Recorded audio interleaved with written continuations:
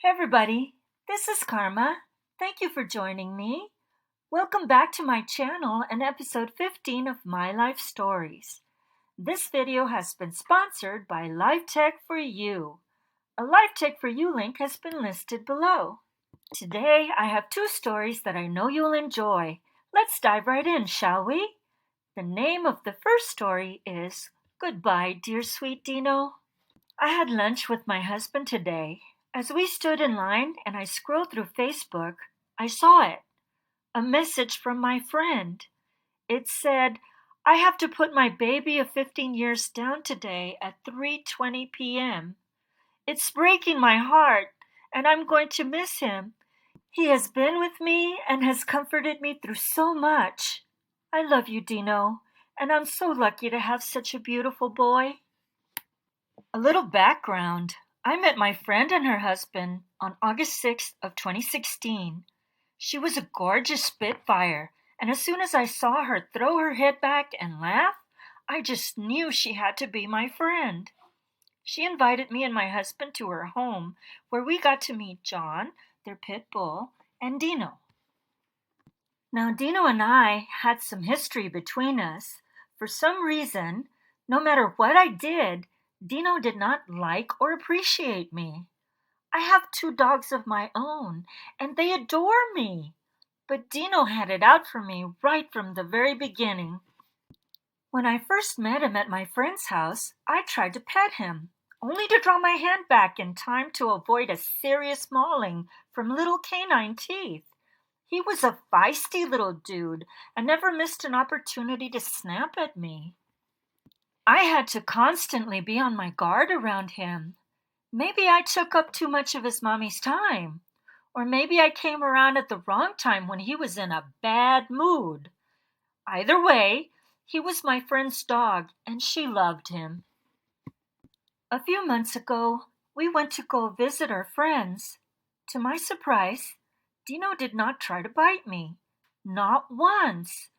I thought maybe we had finally made peace at last, only to step on a huge, for his size, pile of poop that he had orchestrated. I swear Dino must have been part ninja, because this was done right by my feet, and I never saw or heard him. My friend has been through quite a lot this past year. She had back surgery that did not turn out as she was advised it would. As a result, she has dealt with chronic pain and disappointment in her results. Through it all, Dino was her champion. During the times when she did not feel like talking to anyone, Dino was there for her. He gave her comfort and warmth when she needed it the most. He was her protector, and he took his job seriously. No one could hurt Mama while Dino was around. He had been performing this duty for 15 years, and then his little body started to wear out. He got sick and started having seizures. My friend was beside herself with worry for him. She took care of him as only she could, until the day she was told that nothing more could be done for him, and he was suffering. We went for a visit October 18th of 2019, a Friday. My friend had started feeling somewhat better from her surgery, and she was able to walk around and greet us. I noticed Dino was moving very slowly and seemed more fragile than I had ever seen him. My friend expressed her worry for him and his decline in health. At that time, how I wished he would try to bite me or come up with some other sneaky attack so I would know he was okay. Sadly, it was not to be, and my friend lost her tiny warrior only 5 days later. I don't know if she will ever be the same again, as she has lost one of the greatest loves she's ever had. So goodbye, Dino. Thank you for taking such good care of my friend. I will pray for your soul, as I believe all living creatures have souls. Rest in peace, dear sweet Dino.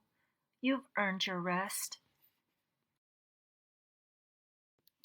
What a sad and lovely little story. I've had and lost pets myself, and I will never forget or stop loving any of them. They provided lots of love, comfort, and friendship to me when I really needed it, and I hope that in return I provided them with a good home and a happy life. My condolences to anyone like the OP's friend who has lost a cherished pet. The OP was kind enough to send a picture of Dino for us to see. If you have also lost a pet, please let me know in the comments section. Or leave 3 heart emojis to show your support for the OP's friend in this story. If anyone would like to send in a picture of their pet, I will be happy to feature them in one of my upcoming videos. Our second story for today is called The Missing Couch Story. My husband and I work in storage. Our jobs are to maintain and upkeep the facility, take payments, make deposits, answer the phone, clean the property, etc. This is a hard job, but we love it and do really well at it. As a side note, one of the drawbacks of this type of work is that transfers can occur at any time. This is what happened to us as we were advised that we were going to be transferred out of state to a problem facility. I was really devastated. Our jobs include an apartment and utilities, and I loved our little apartment and had worked really hard to make it a home.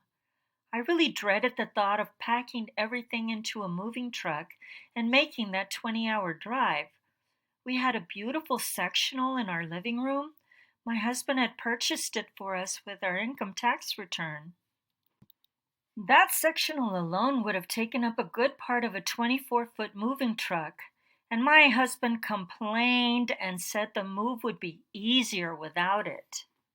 I found myself walking through the property, wool gathering, picking up trash, and making note of which units needed to be cleaned, when I noticed a strange vehicle parked outside the gate. The driver started to walk towards me, but then shook his head and turned back towards his car. Halfway to the car, he turned back towards me once again, and then shook his head and turned back towards his own car. I noticed a lady and 3 kids waiting for him in the car. As he once again turned towards me, I quickly started walking towards him to see what was going on. He saw me coming towards him. He stopped and took his baseball hat off and held it in his hands. "Hi," I said in my best customer service voice. "Can I help you?" To my surprise, he looked as if he were going to choke, and his face turned red.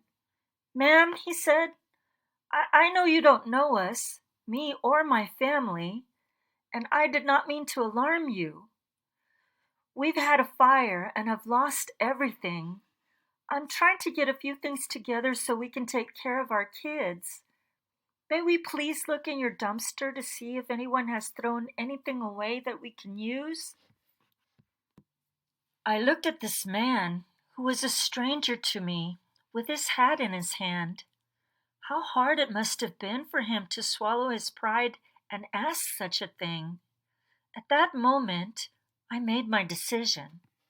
I smiled gently at him as his facial features were very strained and showed the extreme amount of stress he was under. "Come with me," I said. He meekly followed. I led him into my apartment, and he looked at me puzzled. "Do you live here?" he asked. "I do," I replied, "but I have to move. I would like to see if you would like to take this sectional. It has a fold-out bed, a love seat, and a recliner." The man looked at me, astonished, as if he couldn't believe his luck. He asked if he could bring his wife in to see it, and I agreed. She came in to see the sectional and absolutely fell in love with it. I knew she would. I asked if they needed any other things, and I wound up giving them a china cabinet, some clothes, and dishes. They were overwhelmed and asked if they could come back in an hour to pick up all the things I gave them, and I agreed again. Somehow, They found 5 other people to help them along with a pickup truck. They loaded all the things, all the while asking, "Are you sure? Are you sure?" In my heart of hearts, I knew they really needed those things more than I did. And thanks to them, our move would be a little bit easier without those big items. They thanked me profusely and turned to leave. My husband, who had been running errands while all this was going on, arrived seconds after they had left. He came into the apartment with a bemused look on his face. "You know," he said, "I just passed a truck with what looked like our couch and china cabinet." He walked into the living room and turned to look at me. "What happened to the couch? Where's the china cabinet?" I laughed and said, "I heard what you said about the move being easier without those large pieces of furniture." I then explained that I had given the furniture to a family that lost everything to a fire and really needed them. "Oh well," my husband shrugged, "we'll be moving soon." Those were famous last words. The transfer was postponed, and we did not wind up moving for another 2 months. We had to sit on a blanket in front of the TV on the cold floor. My husband looked at me, eyebrow raised, and just shook his head. Nowadays, I notice that he tries to be a lot more careful about how he words things to me. I never saw those people again. I truly hope that things turned around for them. They seemed like a really nice family. Sometimes I think that everything aligns itself so that things work out exactly as they should. And that's what happened here. Through good luck or serendipity, they happened to ask the one person who had the means to help them. This is doing something nice, but in a big way. OP, thank you for helping this family. You'll probably never know how much your generosity meant to these people or where it took them. Let me know in the comments section if you've ever been through a disaster where someone reached out to you and provided aid. Or leave 3 heart emojis to show your support and appreciation of the OP in this story. Thank you to both of the authors that sent me their stories.